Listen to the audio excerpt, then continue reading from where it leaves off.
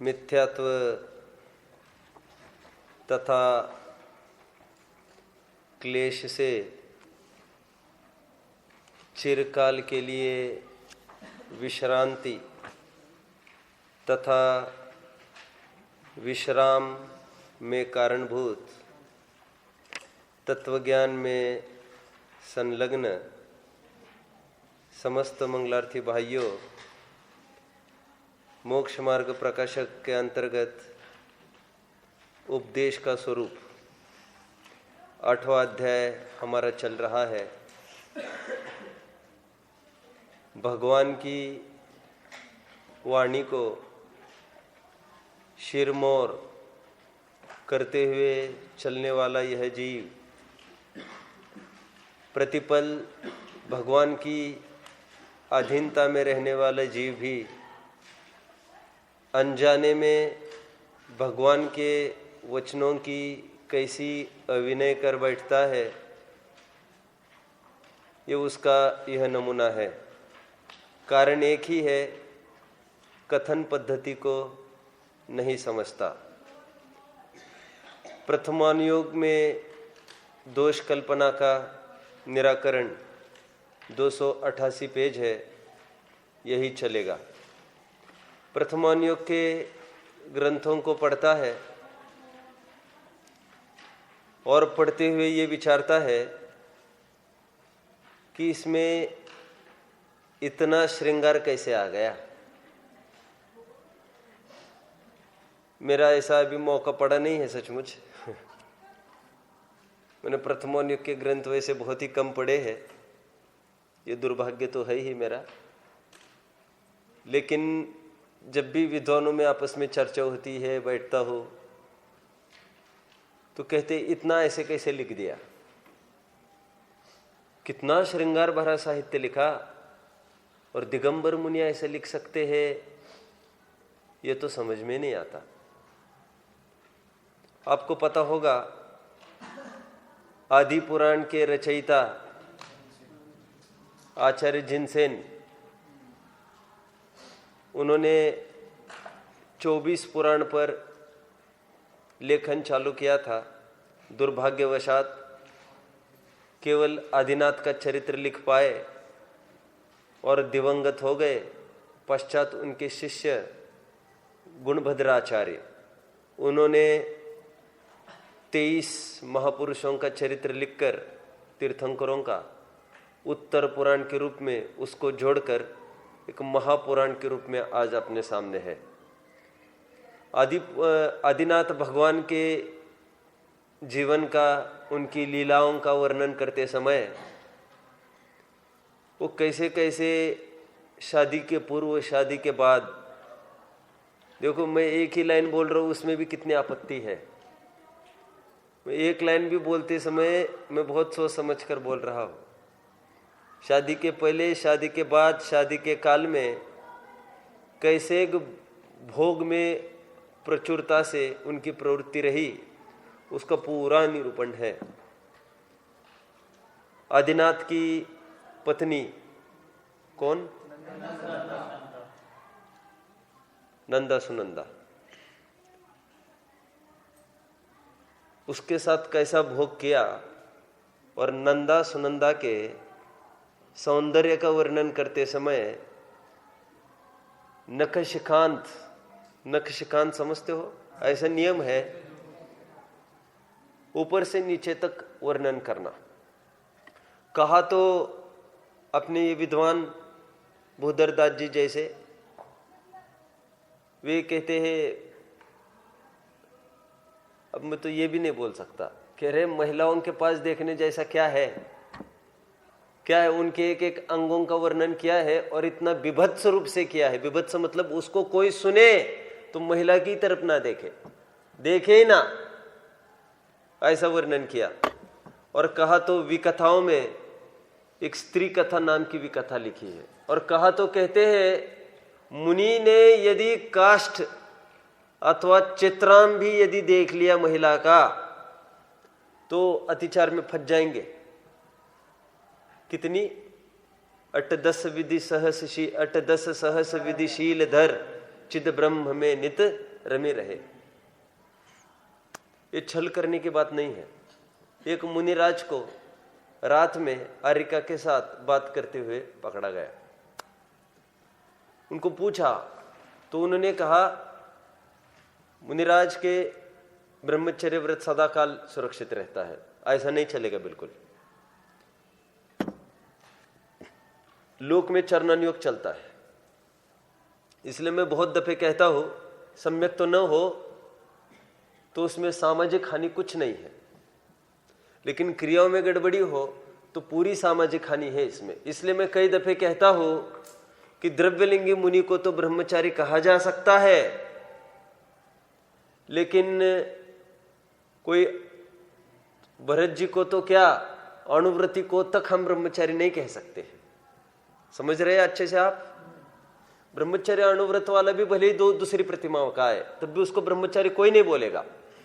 उत्तम ब्रह्मचर्य तो भरत जी को ही हो गया, 96,000 पत्नियां रखते हुए, लेकिन फिर भी चरणान योग की मर्यादा है। ऐसा ब्रह्मचर्य कह कह कर कोई पत्नियां रखने लग जाएगा तो कोई स्थिति ही नहीं खड़ी होगी। लोक में उपवास का अर्थ भोजन नहीं करना, ऐसा ही लेना चाहिए, ऐसा ही लेना चाहिए, इसमें कोई शक नहीं। आदिनाथ ने इतने दिन का उपवास किया, तो उपवास मतलब क्या लेंगे? शुद्धोपयोग ऐसे थोड़ी लेंगे, निश्चय की तो बात ही नहीं है यहां पर, और अंतराय निश्चय उपवास में आती ही नहीं है, वो तो निरंतराय चल रहा है वो काम। आप समझ रहे मेरी बात को? आत्मानुभव ना हो तो व्यक्तिगत हानि है, सामाजिक हानि नहीं है, लेकिन आचरण में विपरीतता हो तो यह सामाजिक हानि है। ठीक है? क्योंकि लोग उस देखम देखी उसी के मार्ग पर चलने का प्रयास करेंगे। धर्मात्मा के शील पर कोई विपरीत क्रिया करे, इसको बर्दाश्त नहीं कर सकते। इसीलिए मुनि को ही चारित्र धर्म से युक्त कहा जाता है, सम्यक दृष्टि को चारित्र धर्म से युक्त नहीं कहा जा सकता। सो सत्य ही है। कोई अपने भाई पर चक्र चलाते हुए उसको उत्तम क्षमा का धारी कहना, यह कौन सी बुद्धिमानी है? कौन सी बुद्धिमानी है? ये तो टोडरमल जी साहब कह रहे हैं, ये तो भेद विज्ञान की दम है कि इस काल में भी 41 प्रकृतियों का निरोध है। ये तो भेद विज्ञान का कमाल दिखा रहे हो। वो तो उस काल में भी भेद विज्ञान इतना तो काम करेगा, लेकिन अभी जगत में उसको कोई प्रसिद्धि होगी ऐसा बिल्कुल नहीं, बल्कि उसकी निंदा भी हो सकती है, होगी। समझ गए? होनी भी चाहिए, क्योंकि निंदा उस अशुभ भाव की हुई है। आप समझ गए? वो भाई को मारने रूप भाव की हुई है, ना कि सम्यक्त्व की निंदा हुई है। और प्रशंसा हुई है वो सम्यक्त्व की हुई है, ना कि चक्र चलाने के भाव की हुई है। यह अपेक्षा सब समझ लेना। चक्र चलाते समय अब उत्तम क्षमा के धारी कहोगे, नहीं चलेगा। पोधनपुर खाली करो फटाफट, पापा जी दे गए हैं मुझे प्रॉपर्टी। पापा जी कुछ नहीं निकलता है कि नहीं? और सीधी उंगली से नहीं निकलेगा तो देख लेना। देखो भैया, फालतू में लाशें बिछ जाएगी, बिछने दो, लेकिन तुझे नहीं छोड़ूंगा। और फिर भी उत्तम मार्दव का धारी हम उसको कहे जो बिल्कुल झुक नहीं सकता, कैसे कोई बर्दाश्त करेगा उसको? समझ रहे हैं? छल से कपट से सभी हथकंडे अपनाता ही है। क्रोध मान माया लोभ हर प्रकार से आगे बढ़ रहा है, लेकिन और उसको धर्मात्मा नहीं कह सकता जगत। ये तो अध्यात्म की बलिहारी है। उन्होंने चक्रवर्तियों को ये सब क्षय की सम्यक्त्वी है ये कह कहकर, अरे वहां के नगर में भी नए प्रश्न उत्पन्न होने लग गए थे। क्या ये काय के सम्यक दृष्टि? इनके कैसे तो भोग है इनके? शंकाकार को शंका खड़ी हुई, कितने भोग का वर्णन आचार्य देव ने किया कैसे? तो जिनसेन स्वामी को परीक्षा देने के लिए बाध्य किया गया, अब सबको पता ही होगा। और परीक्षा में उनको पूरा कथन उनको मुख से बोलने को बोला, और आखिर तक निर्विकारता बनी रही, नग्नता स्वयं ही निर्विकारता का प्रतीक होती है, दिस इज इनफ। और नग्न खड़े रहकर तुम ऐसा का ऐसा वर्णन करके दिखाओ हमको, वैसे का वैसा वर्णन करके दिखाया, वो राग को प्राप्त नहीं हुए। फिर वो उदाहरण याद आता है, कोई लड़की, नाचने वाली लड़की, वो मुंह से बोलती चले, सुनने वाले को राग होए, बोलने वाली को तो राग ही ना होए। मुनि में भी और उस छोटे से बालक में भी क्या अंतर है? कुछ भी तो अंतर नहीं है। तो वो कह रहे नहीं नहीं, लेकिन ये बहुत अति वर्णन हो गया। मुझे अब भी 5-6 दिन पहले एक जन बोले, बुजुर्ग आकर बोले मैं अब भी ये पढ़ रहा हूँ, बोले पढ़ा नहीं जा रहा है। मैंने कहा मत पढ़ो, छोड़ दो, किसने बात दे क्या पढ़ने को। लेकिन एक प्रश्न चिन्ह हमेशा मंडराता रहता, आचार्य देव ने कैसे लिखा इतना सब, क्या जरूरत पड़ी सैकड़ों पेजेस इसमें रंगाने की? तो टोडरमल जी साहब ये कह रहे उसको, देखो जब भी कोई निरूपण होता है वो सांगोपांग निरूपण होता है, अद्योपांत, उसमें कोई पार्ट को डिलीट नहीं किया जा सकता। आज गवर्नमेंट कोई फिल्म को देखकर सेंसर बोर्ड वहां पर बैठे, सेंसर बोर्ड वहां पर बैठे और पर्टिकुलर शॉर्ट्स होते हैं ना पर्टिकुलर, उसको स्किप कर सकती है। अभी ओबामा ने कायदा लागू कर दिया, अभी मतलब मैंने तो 8-10 महीने पहले मुझे कोई कटिंग ला कर दिखाई थी। तो वो ये बोला पार्लियामेंट में कि किसी भी फिल्म में पिस्तौल का, रिवॉल्वर का प्रयोग नहीं होगा। वे निरंतर उस छाया में जी रहे हैं मौत के वे लोग, कि कभी भी कोई भी आता उड़ा देता है किसी को। विदेश में ये कितनी तकलीफ हो गई है, यंगस्टर्स है वो टोटली ड्रग्स में खत्म हो रहे हैं, टोटली नशे में झूल रहे हैं, उनको कोई खबर नहीं दुनिया की। और कुछ ऐसे है वो थोड़ा बहुत कुछ हो जाए उड़ा दिया, तो कहते कुछ नहीं, ये सब टीवीज सिनेमा ये सब बिगाड़ रहे हैं। ओबामा ने पार्लियामेंट में ऐसा बोला और हम सभी एक्शंस लेंगे, ये कोई शूट करने का कोई सीन फिल्म में नहीं होना चाहिए। सेंसर बोर्ड कहेगा ऑब्जेक्शन माय लॉर्ड, उसको हटा दिया जाए, इससे बच्चे बिगड़ रहे हैं।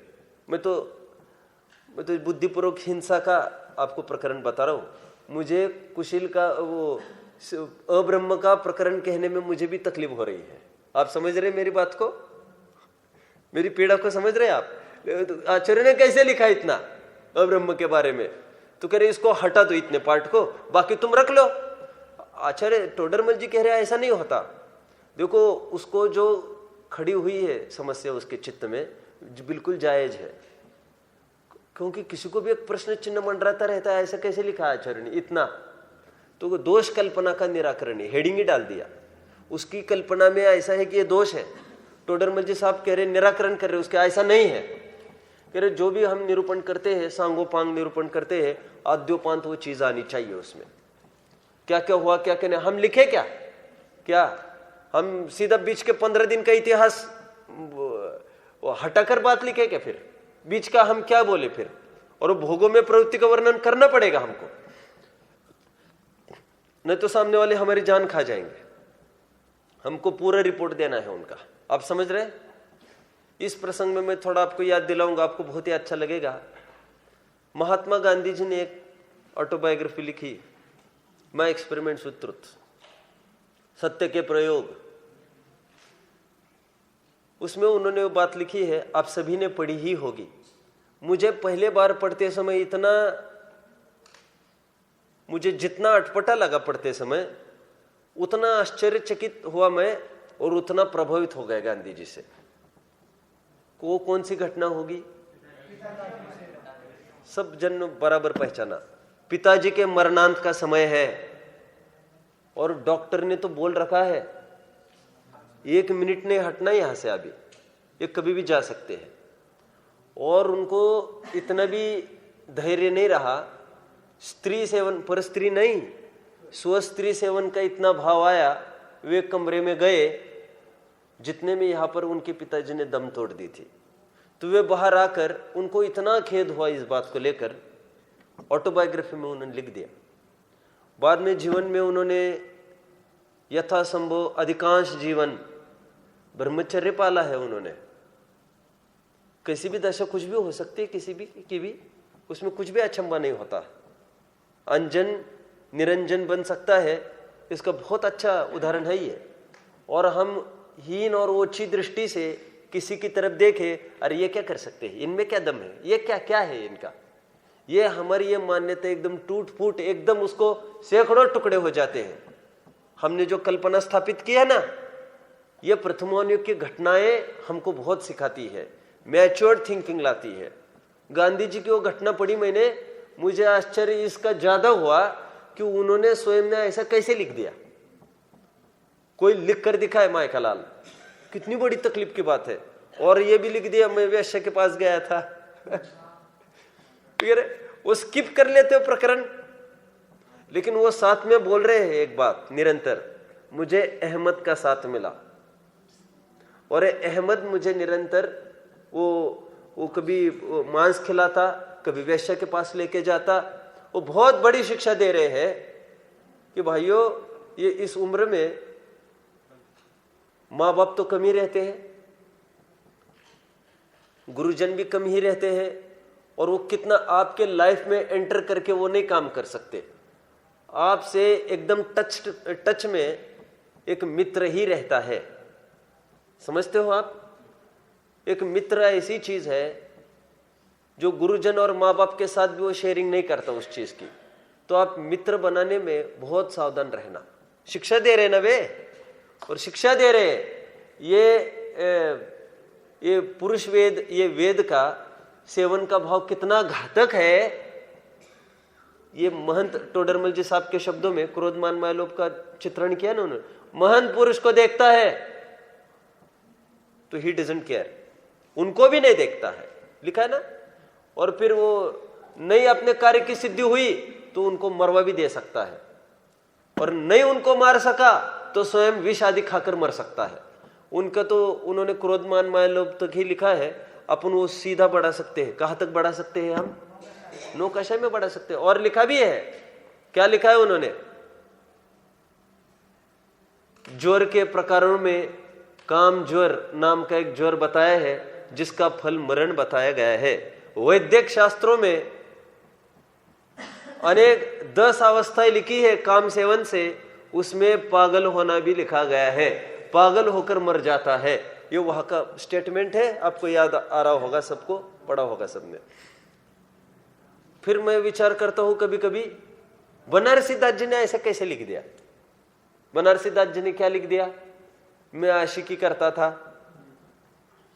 और कितनी तकलीफ है ये सब लिखना। और तो और इतना लिख दिया, रोग हो गया, ऐसा लिखा, गर्मी बढ़ गई, और इतनी गर्मी बढ़ गई बस लेटे रहे बेड पर, मरने की राह देख रहे हैं, इतनी दुर्दशा हुई। अपन ये सोचते ये महापुरुषों की प्रवृत्तियां किसी से छिपाने की नहीं होती है।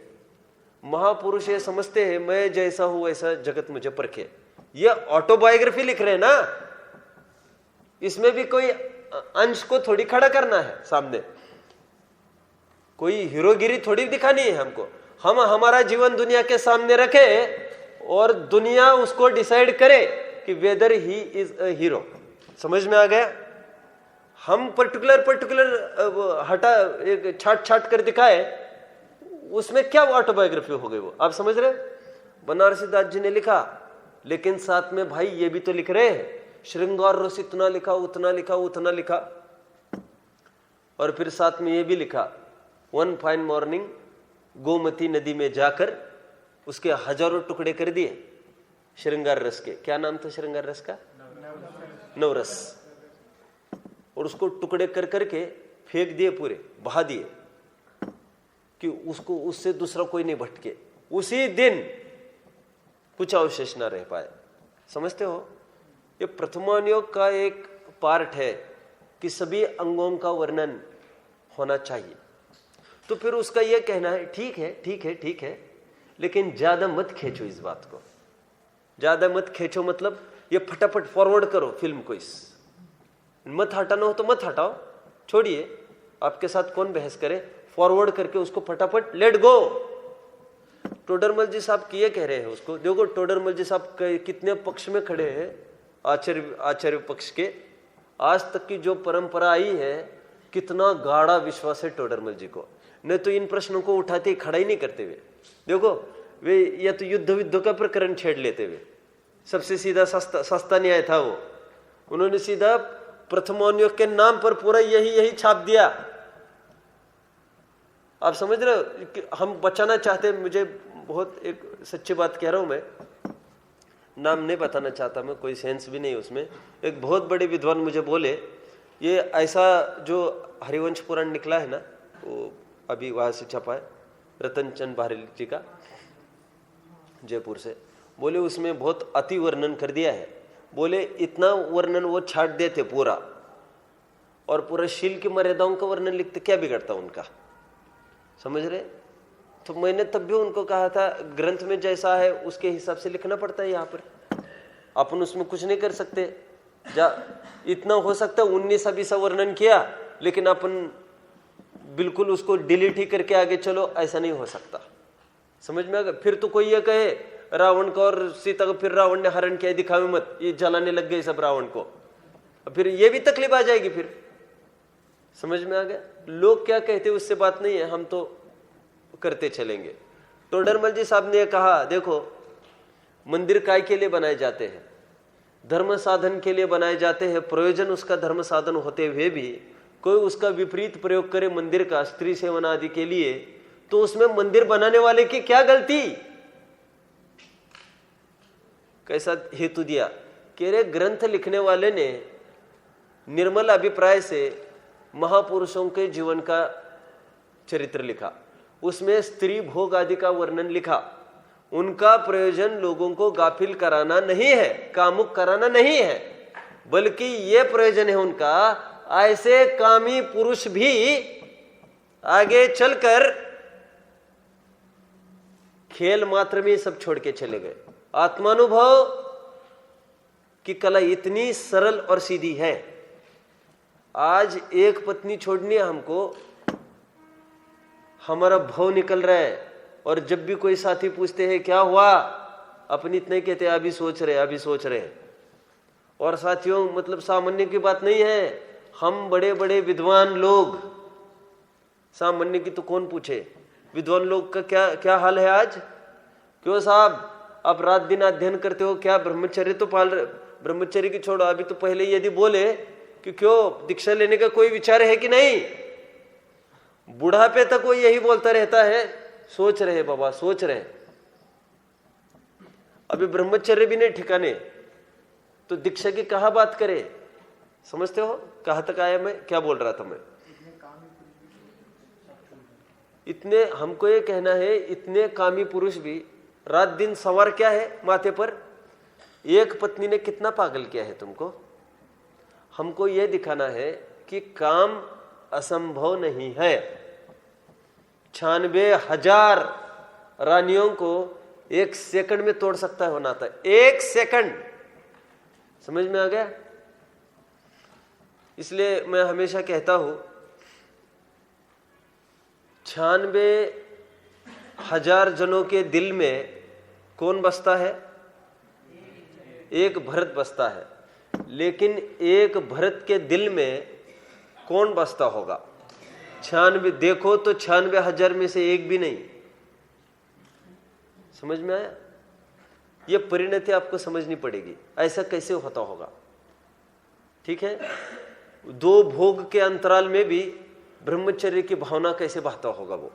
ये महापुरुषों की लीला है। गृहस्थ अवस्था में कैसा ये छोटा अंकुर ये कैसी छटपटाट करता है ऊपर निकलने के लिए, उसको ये समझना है। मैं इसके लिए हमेशा एक उदाहरण देता हूं।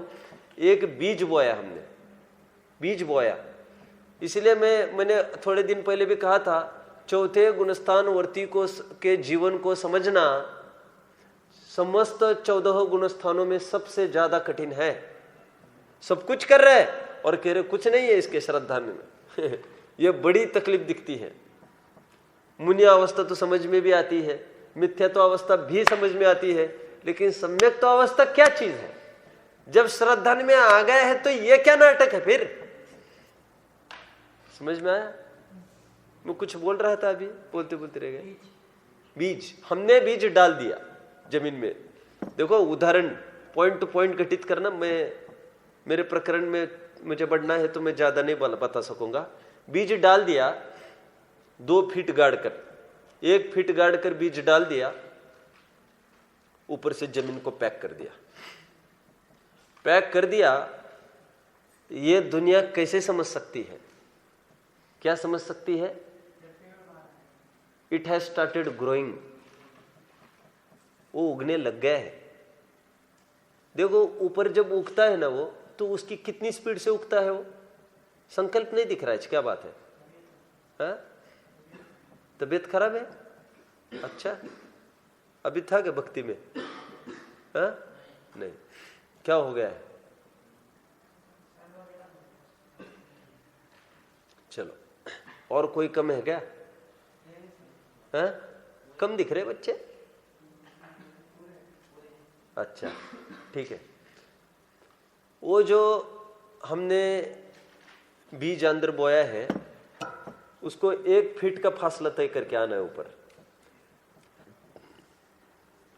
जमीन के ऊपर 1 फीट बढ़ने को कितना टाइम लगता है? उसको काफी टाइम लगता है। फिर भी जमीन के नीचे रहकर 1 फीट बढ़ने को भले आदमी दुगुना टाइम तो लगेगा कि नहीं? उसको कितनी बड़ी लेयर, 1 फीट का लेयर, उसको दम से उसको टकराते टकराते हुए इतना सा पौधा, कितना नाजुक, उसकी ताकत को आप नहीं अनुमान कर सकते। कैसी पृथ्वी को भेद कर आने वाला है, तुम क्या समझे? तुम उंगली से भेद कर दिखाओ, ताकत है उसकी वो। और वो उग रहा है नीचे, ये मत पूछो कैसे उग रहा है वो नीचे। ये बात दूसरी है, ये बाहर दिखने लग जाएगा तो दुनिया बोलेगी हाँ हाँ हाँ है। सम्यक दृष्टि के जीवन में बाहर में कुछ दिखने लग जाए तो दुनिया बोलने ही वाली है नमोस्तु नमोस्तु। लेकिन आपको कैसे कहे, वो बहुत बड़ा लेयर, मिथ्यात्व का बहुत बड़ा एक चट्टान, मोह की चट्टान टूटी, और वो उसको भेद कर वो बाहर आने का प्रयास कर रहा है। समझते हो आप? टोडरमल जी साहब कहते हैं कि उसका ये कहना है कि थोड़े में निपटा देते, नहीं कह रहे सामान्य से विशेष बलवान, सामने पढ़ने वाले को महिमा कैसे आएगी, ऐसे भोगी जीव भी योगी बन सकते हैं। और सचमुच ऐसा है, यही जीव बहुत, आज भी हम प्रतिमा स्थापित करते, किसकी करना चाहते हो? ऐसे अधिकांश ये आदिनाथ की और महावीर की तो छोड़ दो, क्योंकि तो पहले और अंतिम है, इनको तो वैसे ही याद करना ही पड़ता है। पंडित नेहरू तो मैंने कहा, बोल दिया ना कल, प्रधानमंत्री कोई भी हो, पंडित नेहरू तो लगेंगे वहां पर। अभी ये तो ये है, लेकिन शांतिनाथ, कुंथनाथ और अरनाथ एक साथ भी होते, इनकी महिमा लोक में क्यों है? ये चक्रवर्ती पद छोड़ा इन्होंने, और फिर भगवान हो गए, तो उनको देख देख कर निरंतर वैराग्य जागृत होता है। अब कोई ये सोचे बार बार कि उन्होंने भी इतना किया, हमारा प्रयोजन थोड़ी ये है कह रहे। ठीक है, फिर आगे उसने एक प्रश्न पूछा, वो ये कह रहे वो तो ठीक है, लेकिन दिल कमजोर होता है लोगों का, तो मन भटकने लगता है। तो टोडरमल जी साहब ये कह रहे वो भटके ना, इसलिए जगह जगह जगह जगह हमने बैरिकेड्स लगा रखे हैं। बैरिकेड समझते हो? जगह जगह जगह जगह हमने रेड इंक में अंडरलाइन कर करके वो लाइन्स डाल दी है इंपॉर्टेंट नोट्स के रूप में। क्या कि बिवेयर, बचना बचना। और वो भी कैसे हलाहल जहर समान उसको देखते हैं। निरंतर हम नोट करते गए हैं। आचार्य भोग का निरूपण करते हैं, मात्र भोग का निरूपण नहीं करते हैं, साथ में ये भी लिखते हैं, देखो अज्ञानवश से जीव अनादिकाल से जिसको संस्कार में दृढ़ रहा और तड़पता रहा वहां पर, कौन? आदिनाथ का जीव तड़पता रहा 1-2 दिन, 33 दिन नहीं, कितने दिन के लिए? 33 सागर के लिए तड़पता रहा। सरवर सिद्धि से आए थे ना आदिनाथ, क्यों तड़पता रहा? थोड़ा सा अपन, थोड़ी सी कमी रह गई। संयम, यदि संयम की पूर्णता होती तो आज यहां न तड़पते, वहां तो तड़प रहे हैं, छटपटाहट कर रहे, और यहां पर महाराज क्या कर रहे हैं? आप समझ रहे हो मेरी बात को? कहना क्या है मुझे? टॉपिक क्या था? प्रश्न क्या था उसका? कह रहे लोग तो भटक जाते हैं, कह रहे कमजोर दिल होता है। तो कह रहे हम जगह जगह जगह जगह, आचार्य देव जगह जगह वार्निंग दे रहे ना तुमको, देखो तुम ऐसा नहीं करना। देखो जानते हो, मेरी एक पॉलिसी है, मैं आपको भी बता दूं एक बार। मेरे से कभी कोई गलती होती है तो मैं ये भावना रखता हूं मैं घर पर भी बता दूं, और मैं ये समझता हूं हर एक माँ बाप को अपने बच्चों के सामने अपनी जीवन में की हुई गलतियों को रखना चाहिए। उसमें थोड़ी सी हो सकता है कॉलर कम हो जाए अपनी, देखो मैंने ऐसा ऐसा किया था, मेरी बहुत पिटाई हुई वहां पर, बोलो बोलो तुम बोलो, इसीलिए क्योंकि तुम्हें तुम्हारे बच्चे को बचाना है। समझ में आया? यदि बच्चे के सामने नहीं बोलोगे बच्चा भी पिट जाएगा, ऐसी गलती करेगा, उसको बोलो।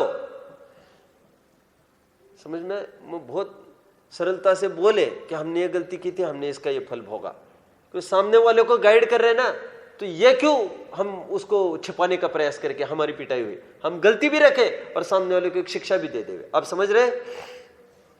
टोडरमल जी साहब कह रहे जगह जगह जीव ना भटके, इसलिए टोडरमल जी, इसलिए आचार्य देव ने बहुत प्रयास किया है उसका, और फिर भी भटके तो कह रहे यदि यहीं पर भटकने लग जाए तो बाहर उसका क्या हाल होगा। वो तो रात दिन वैसे कॉमिक्स वगैरह पढ़ रहा है, बोल रहे वो प्योरली विषय भोग की सामग्री पढ़ रहा है और वहां से छूटकर यहां पर आया है। तो कह रहे जिसको यहीं पर इतनी तकलीफ हो रही है, अब उसका क्या, जहां पर जगह जगह उपदेश दे रहे हैं, देखो ये कैसे जीव भटक रहा है, देखो कैसा भटक रहा है। साथ साथ हम कह रहे हैं अभी यहीं पर भी यदि वो भटक जाएगा तो फिर अन्य जो वाचन कर रहे उसमें तो आज तक तो उसका वही हो रहा था, उसका तो वही हाल है कह रहे। और कह रहे वो तो इसको पढ़ने भी नहीं वाला है, उसको थोड़ा नहीं सुना है ना कुछ, हम प्रवचन एकदम ऐसा चले ना, एकदम फ्लो गंभीर प्रवचन, तो सामान्य बच्चे तो बैठे ही ना प्रवचन में, तो उनके लिए चाहिए बीच में कुछ थोड़ा सा यहाँ की बात वहाँ की बात, और तत्व ज्ञान से भी जोड़े। नहीं साहब आप तो पॉइंट टू पॉइंट बात करो, पॉइंट टू पॉइंट मतलब बिल्कुल ऐसा ऐसा बोलते चलो आप। प्रवचन तो प्रवचन होना चाहिए। भगवान का कैसे होता है, हम उनके तो तालू ओट भी नहीं हिलते न, इतनी हम तुमको थोड़ी सी परमिशन दे रहे हैं, आपके तालू ओट हिलेंगे, बाकी आप कुछ नहीं करना ज्यादा। लेकिन इसमें तो सामने वाले बैठे तो केले, सामने वाले तो पहले रागी है कह रहे, इसलिए ये थोड़ी सी चर्चा उसमें आती है। और कह रहे अच्छा अभी विद्वान भटकने लग जाए तो कह रहे विद्वान भटकते भटकते नहीं है, उनको कथन पद्धति पता है कि कथन ऐसा ही करना पड़ता है, और बाद में यही जीव विरक्त होने वाले हैं। अभी का भोग देखकर उनको यह कदापि नहीं लगता हम भी अभी ऐसा भोग करें और फिर हम निवृत्त हो जाएंगे। उनको यह लगता है देखो यही जीव आगे हो जाकर निवृत्त होने वाला है, और जो 10 कदम बाद जाकर छोड़ना है फिर वहां तक बाहर क्यों ढोए।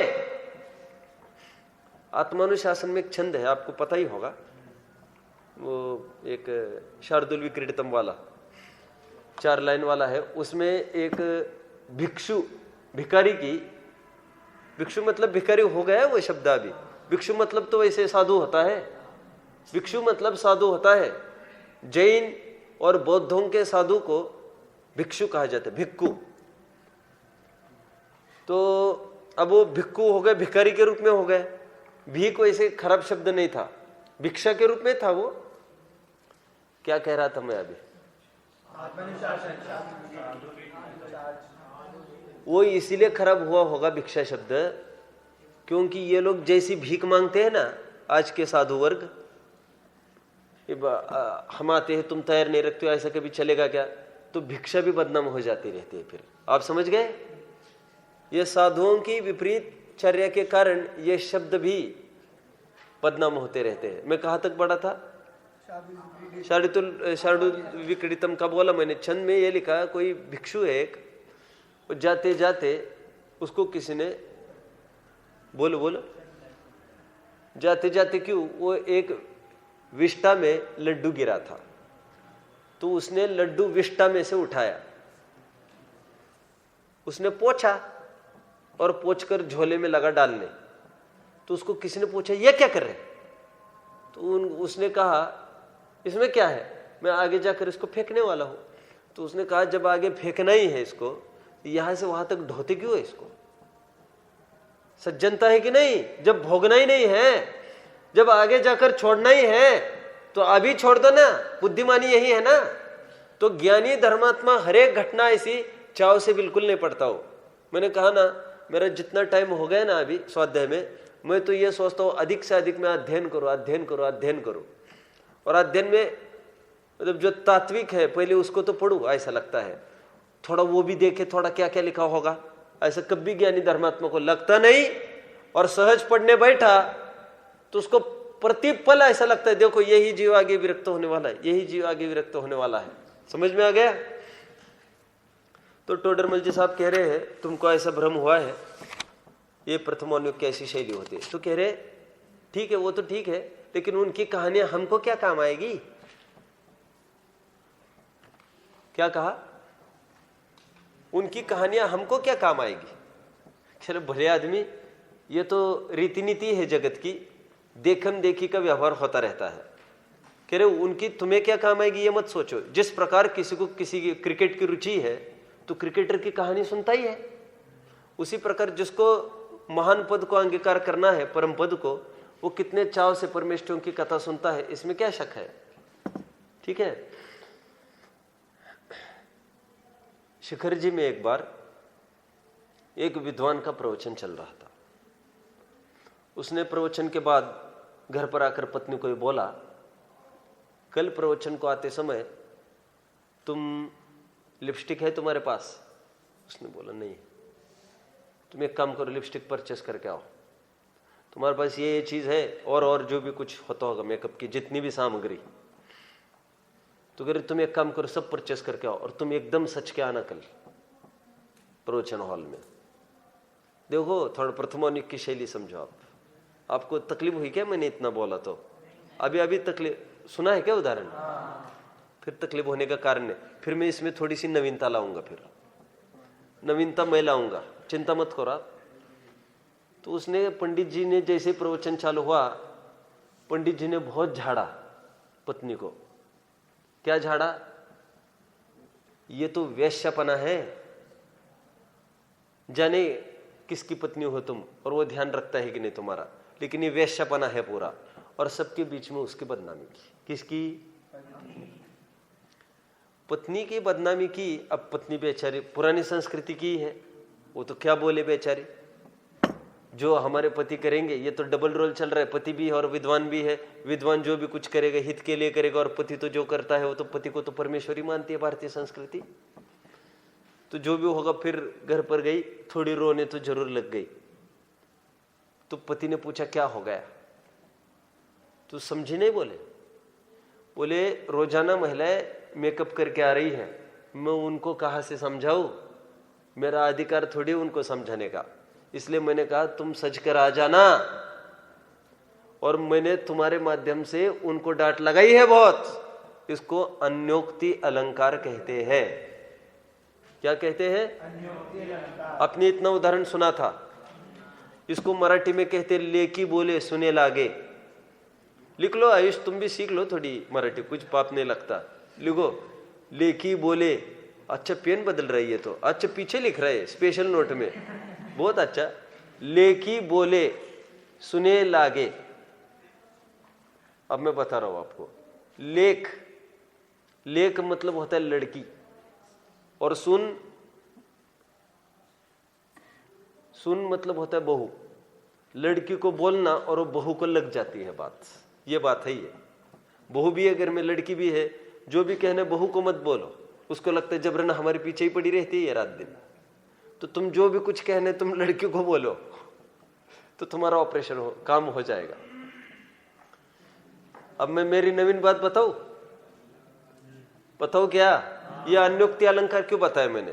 कह रहे वो बात इनके लिए नहीं है। और दूसरे दिन वो डांटने लग गए, और डांटने के बीच में यदि वे महिलाएं जो मेकअप कर रही थी, यदि वो देखने इसकी तरफ हंसने लग जाए, दीदी देखो तुम्हें कैसे डांट पड़ी, तो फिर तो उसको ये बताएंगे, अरे मूर्खो ये डांट तो तुम लोगों के लिए थी। वो एकदम ही स्थूल बुद्धि वाले हैं। आप समझ रहे हो मेरी बात को? प्रथमानुयोग में जो इनकी ऐसी कथाएं सुनकर भी विरक्त नहीं होता और भोग के आनंद लुटता रहता है, उसको तो कहेंगे अरे बेवकूफ, हमने हमारा भावलिंग तो दांव पर लगाया, हमारा भावलिंग तो छूटने का बराबर अवसर था। ये भी कथाओं की चर्चा में वो तुम्हारे लिए इसीलिए लिखा कि ऐसे पामर जीवी यदि मन भरे तो दीक्षा लेके चले जाए। वज्रजंग की आती है ना, वज्रजंग, वज्रबाहु, वो पत्नी के पीछे इतने पागल कि एक दिन नहीं छोड़ सकते थे और देखते देखते दीक्षा ले ली। हमने तुमको ये कहानी क्यों सुनाई, तुम भी ससुराल तुम दौड़ते दौड़ते जाओ रोज, इसीलिए वे भी जाते थे। नहीं, हिम्मत की चीज है, वैराग्य हर कोई अंगीकार कर सकता है। समझ में आ गया? ये मत सोचो उसके लिए कितनी तैयारी की आवश्यकता पड़ेगी, इसलिए हमने ये सब बताया। या अनुक्ति अलंकार, मैं थोड़ी सी नवीनता क्या ला रहा हूं इसमें देखिए। अभी मैं ये कहता हूं कि अभी जमाना बदल गया। जमाना क्यों बदल गया? अभी पत्नियों को थोड़ी कुछ समझा सकते हैं। अभी तो हालत ये बदल गई है, बिगड़ गई है। अभी तो दूसरों के घर वाले तो हमारी सुन लेंगे, हमारे घर वाली थोड़ी सुनती है हमारी बात। तो अभी तो बगल वालों को कहना पड़ता है तुम सच के आ जाना, और फिर उसको लगाओ डांट, तो अपने आप वो चल जाएगी पत्नी पर। समझ में? अब खूब सोचना इस पर। वास्तव में यह हाल है बहुत। अभी दुनिया तो कदाचित प्रभावित हो जाए पंडित जी से, घर वाले सुनते ही नहीं बात। थोड़ा स्वाध्याय, अरे लड़का तो बाप ही बन जाता है। अभी कैसे बन जाता है अपन क्या बोले, लेकिन कुछ नहीं, बाजार करने खाना नहीं, मानते नहीं, हमने बहुत बोला, मानते ही नहीं। अरे तुमको समझाना कहाँ आता है? तुम सच्ची दम लगा के समझाते तो क्यों नहीं समझते? लेकिन दिक्कत आज ये है कि घर वाले नहीं समझते, परिस्थितियां बदल गई है। ठीक है, इसलिए मैं हमेशा एक बात कहता हूं, विद्वान के जीवन की कितनी बड़ी हार है, वो यदि अपने घर के एक व्यक्ति को भी नहीं बदल पाया तो बहुत बड़ी हार है। दुनिया को तो क्या बदल पाएगा? समझ में आ रहा है? ये प्रकरण अपना हो चुका है। कर्णन योग के प्रकरण की तरफ हम बढ़ते हैं। कर्णन योग की ये विशेषता है कि कर्णन योग की विशेषता है, क्या प्रश्न है कुछ कार्तिक? मार्किंग कराना है क्या इसका? अब मैं भूल गया है, तुम लोग देख लेना, खास बात नहीं है। मैं तो ज्यादा समय इसमें निरूपण में लगाऊंगा, कर्णन योग में मार्किंग कराऊंगा। अभी कर्णन योग का प्रकरण यह है, कह रहे हैं गणितीय शास्त्र और भौगोलिक शास्त्र है, इसमें लेखा जोखा पॉइंट टू पॉइंट है। यहां का वहां भी तराजू नहीं जाएगा। हीरे का होता नहीं, हीरे का क्या कहते हैं उसको, वो हीरा हमको बेचना है ना, उसको कांच की पेटी में रखा जाता है।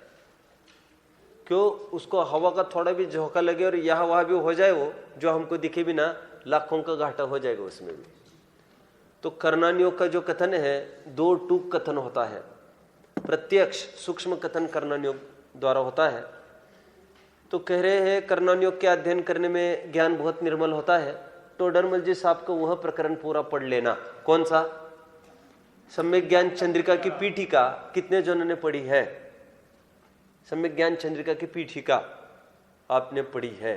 ठीक है, कार्तिक ने नहीं पढ़ी अभी, पीठिका पढ़ लेना, चालू करो। अभी जो स्वाध्याय हुआ है उसके बाद पीठिका चालू करो पढ़ना, अच्छी है। बल्कि उसको रेगुलर स्वाध्याय में चलना चाहिए। अच्छी है, 4-5 दिन की ही बात है वैसी तो वो, लेकिन बहुत ही ईजी है वो। तो उसमें एक तरफ रखा है कर्णन योग को, और एक तरफ तीनों अनुयोग को, व्याकरण के, अलंकार के शास्त्रों को, सबको रखा है। और सभी इसका एक नाटक कर सकते हैं आप। अनितेश, ये कर सकते हैं आप लोग, जोर लगाओ तो। थोड़ा सा टाइम लगेगा स्क्रिप्ट बनाने में, लेकिन आप बिल्कुल कर सकोगे। उस स्क्रिप्ट की ये विषय वस्तु है कि एक तरफ कर्णन योग को रोल देना है। क्यों हंस रहे अर्पित, क्या बात है? नहीं हो सकेगा क्या ये? देखो, मैं वैसे कोई नाटक वाटककार नहीं हूं, लेकिन मैं जो आपको थीम दे रहा हूं वो तो हिट ही होगी, उसमें कोई दुरा नहीं है। और this will be a new approach to the public. ये कभी आज तक नहीं हुआ है स्टेज शो। ये पाप पुण्य का, निमित्त उपादान का, ये बहुत होता रहता है। अभी what new, people expect something new from Mangal Aartis. तो हम ये करें, एक तरफ कर्णन योग वाले को खड़ा करें, और कर्णन योग वाले को भी सुनिए। मैं थोड़ा सा आइडिया भी दे रहा हूं अनितेश, मैंने पहले भी कई जगह ऐसे आइडियाज दी है, वो अचानक ख्याल में आते मैं बताता रहता हूं। वो कर्णन योग वाला जो बनाओगे उसका सिंबल 3 लोग का बनाना, वो आदमी को, that represents this is Karnan योग। और वो जो द्रव्य योग खड़ा रहेगा उसको आत्मा का बनाओ। वो द्रव्य योग का बोलेगा, वो बोलेगा भाई आत्मा की सिद्धि, आत्मा अनुभव करो तो कोई बात है। फिर कर्णन योग बोलेगा रे सूक्ष्माभास, नहीं ऐसा ही बोले हैं, ऐसा ही बोले हैं, बहुत बहुत खतरनाक बोले हैं टोडरमल जी। फिर चरणन योग बोलेगा कि कोई क्रिया करो तो कोई काम होगा। चरणन योग को बनाओ कोई 2-4 पैर वाला, देख लो आप क्या बनाना। बहुत दौड़ भाग की पड़ी है उसको चरणन योग को, तो उसको कहते हैं ए स्थूलाभास, रे स्थूलाभास। और एक अर्थ का पक्षपाती भी रखा है उन्होंने, अर्थ का पक्षपाती पैसे वाला। तो वहां पर सब नोटे नोटे नोटे छाप दो उसको, तुम छापो तो क्या दिक्कत है, अपने तो कागज के नोटे छापनी है, अपने को क्या है। और वहां पर पूरा नोट लटके है, उसके गले में नोट, और वो बड़ा आदमी आ रहा है और वो कह रहा है आज पैसे के बल पर सब चलता है। तो पूरे अपने तो पढ़ाई है ना, वो प्रकरण बोल रहे नहीं। अरे सम्यक ज्ञान चंद्रिका की पीठिका पढ़ी है कि नहीं? उसमें अर्थ का पक्षपाती कहता है, क्या कहता है? अरे हाँ, धन के आश्रय से तो पंडित रहते हैं, पैसा नहीं होगा तो कौन पूछता है? धर्म पैसे धन के आश्रय से धर्म है, वो बोलेगा। तो फिर ये बोलेगा रे पापी, ऐसे ही बोले हैं, रे पापी धन तो कुछ तेरे उत्पन्न किया हुआ उत्पन्न नहीं होता। जो बाह्य धन है वो विनाशिक है, दुख का कारण है, नरक आदि दुर्गति का कारणभूत है, भय से युक्त है। और जो ये चैतन्य धन है वो स्वर्ग मोक्ष का कारण। ऐसा पूरा डायलॉग उसका सेट करा के करा दो, वो बहुत अच्छा हो जाएगा। और भी ऊपर नीचे खूब पैकिंग करा सकेंगे, आपको बहुत अच्छा हो जाएगा वो, चिंता नहीं करो आप आगे बढ़ो, ठीक है। कहा कर्णन योग ये बोल रहा है, ये देखो अपना भाग्य ऐसा है। मैं कभी कभी बहुत सोचता हूं इस बात पर।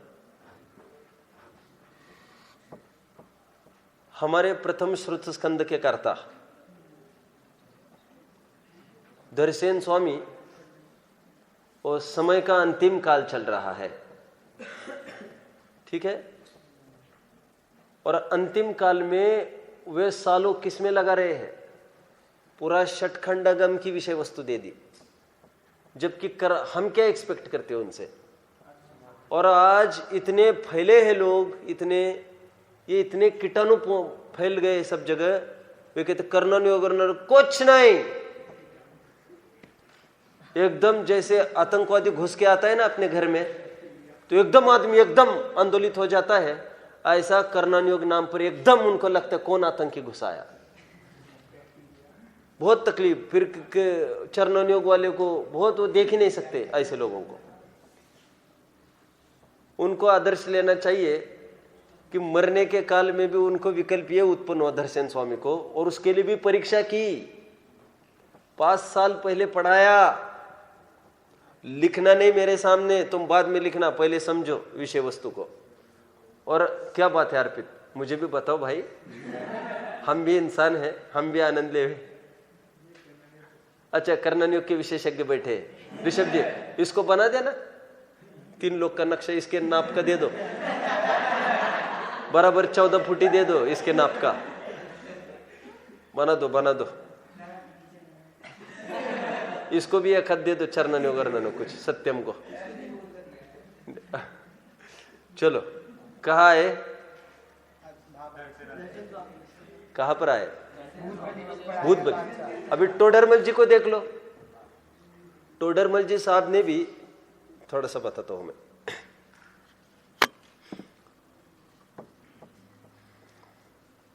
ब्रह्मचारी रायमल जी टोडरमल जी साहब को जानते नहीं थे।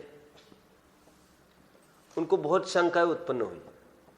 उन्होंने सोचा, प्रांजल मत हंसो इतना, अभी तो नाटक होना है, तो तब क्या करोगे? हाँ?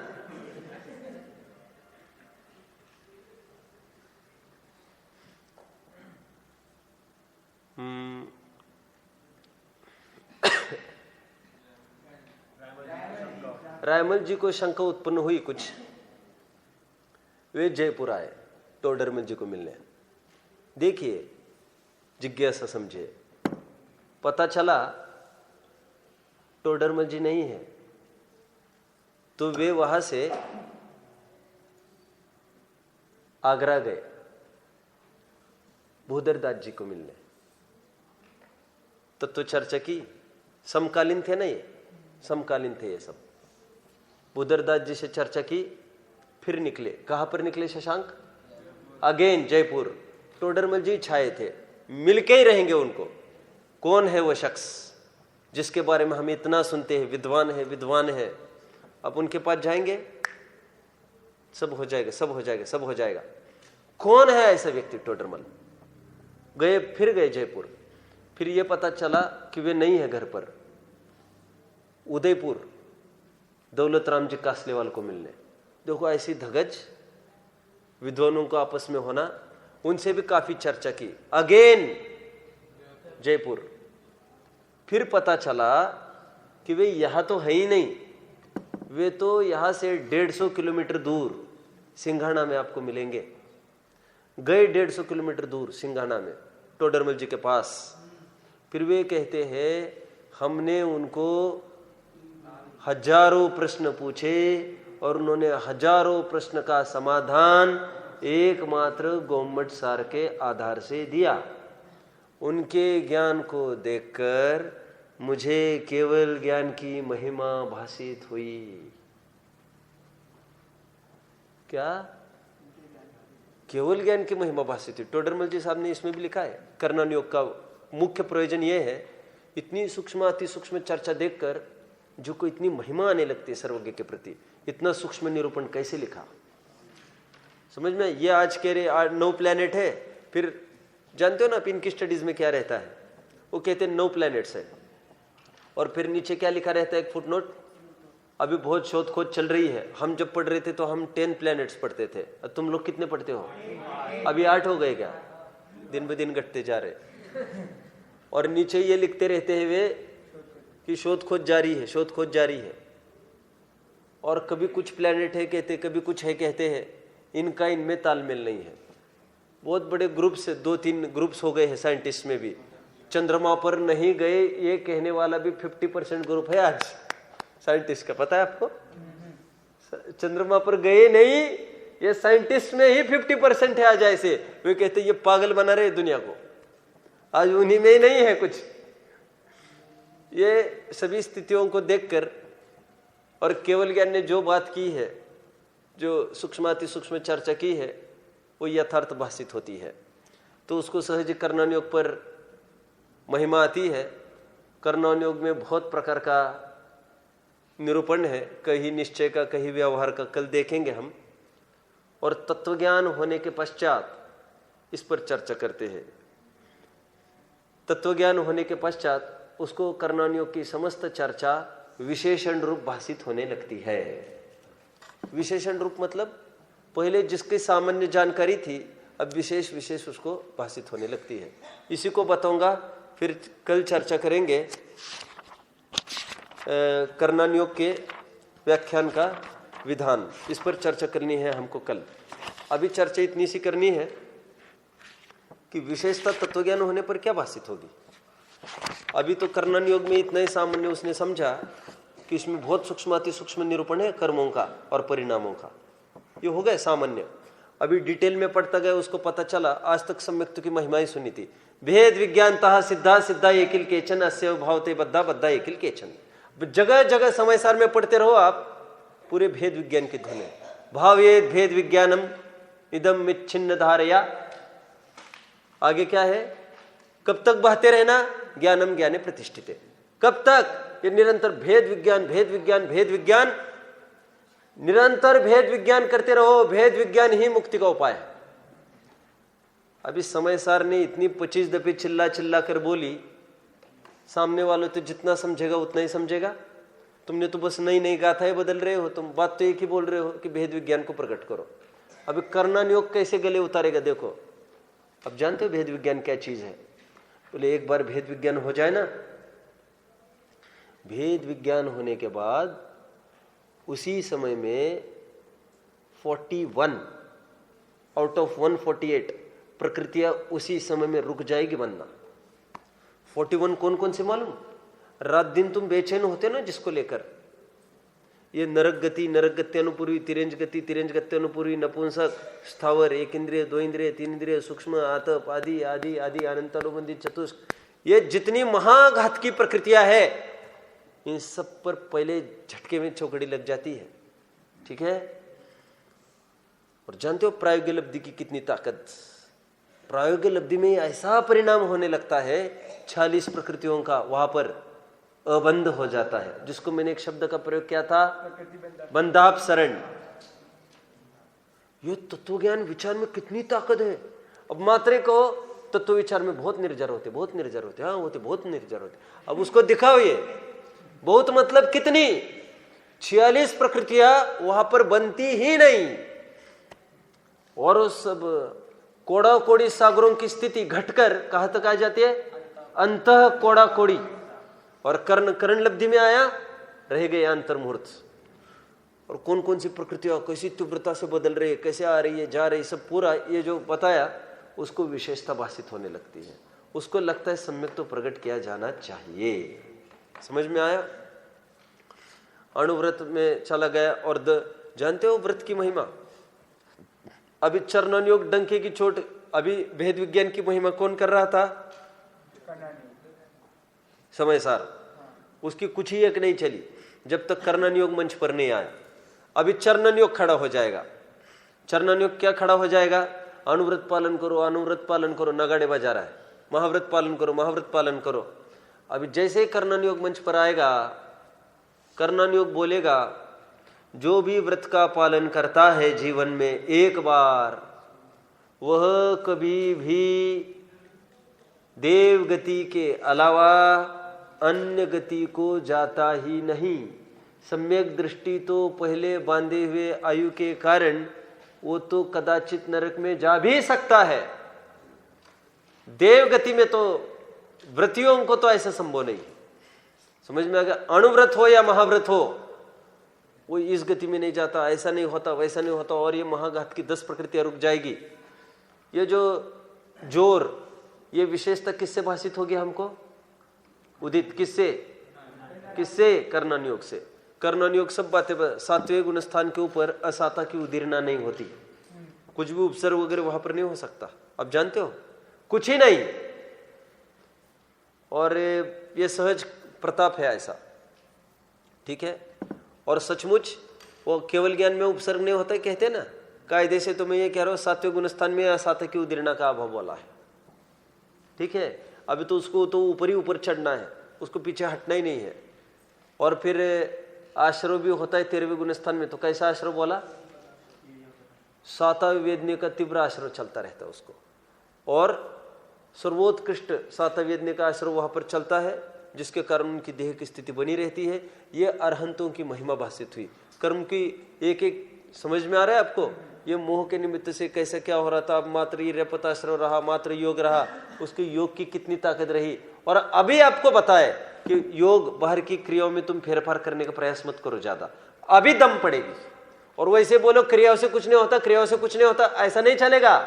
कर्णन योग को पहले खड़े करो और उसको बोलो, मिथ्या तो गया, ये 41 कटी, अविरति गया, ये फिर 10 कटी। समझ में आ गया? फिर देशव्रति भी गया, फिर और 6 कटी, फिर आगे बढ़ा और 4 कटी। ये श्रेणी चढ़ी, 8वें गुणस्थान के ऊपर गया, 36 घटी श्रेणी का प्रताप। समझ रहे हो आप? ये विशेषता भाषित होती, नहीं तो बस चल रहे यहां से वहां निकल रहे, बस क्या कुछ भाषित नहीं होगी महिमा। तो कर्णन योग के माध्यम से हमको विशेषता, तत्व ज्ञान होने पर विशेषता भाषित होती है। ये बात की ये बात हुई। कर्णन योग के व्याख्यान का विधान 275, इसकी चर्चा चलेगी कल। ओम नमः।